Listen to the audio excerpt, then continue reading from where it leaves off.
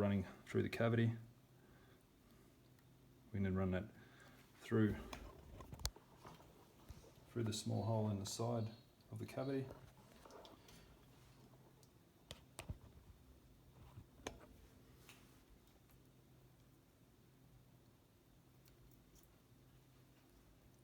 And we'll just see that.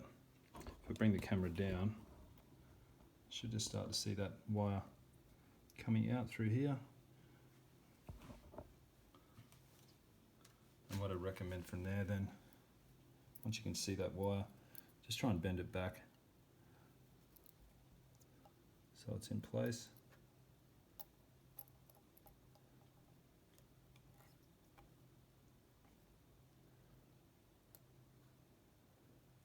Once you've got that secured, we can install our bridge. So just have it, the lip of the wire just sitting above as we push that in, and then as we put the bushing in place, that will be hard against it. Now in many cases these will be quite tight, and you will need to use a mallet or something similar to get it in place. Now definitely have a piece of timber or something to protect the top of the bushing, and just tap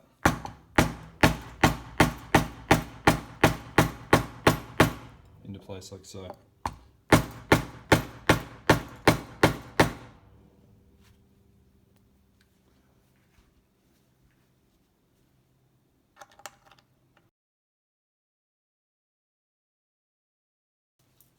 And our bridge will just sit in place like so.